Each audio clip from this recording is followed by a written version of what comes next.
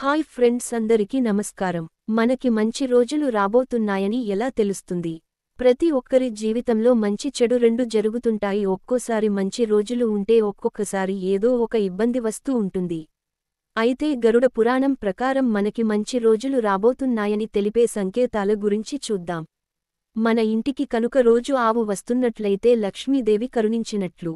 ఆవు మన ఇంటికి రోజు వచ్చినట్లయితే మంచి రోజులు వస్తున్నాయని దానికి సంకేతం. పక్షి కనుక మన ఇంట్లో గూడి కట్టినట్లయితే లక్ష్మీదేవి కటాక్షం కలిగినట్లు, మంచి రోజుల త్వరలో రాబోతున్నట్లు దానికి అర్థం.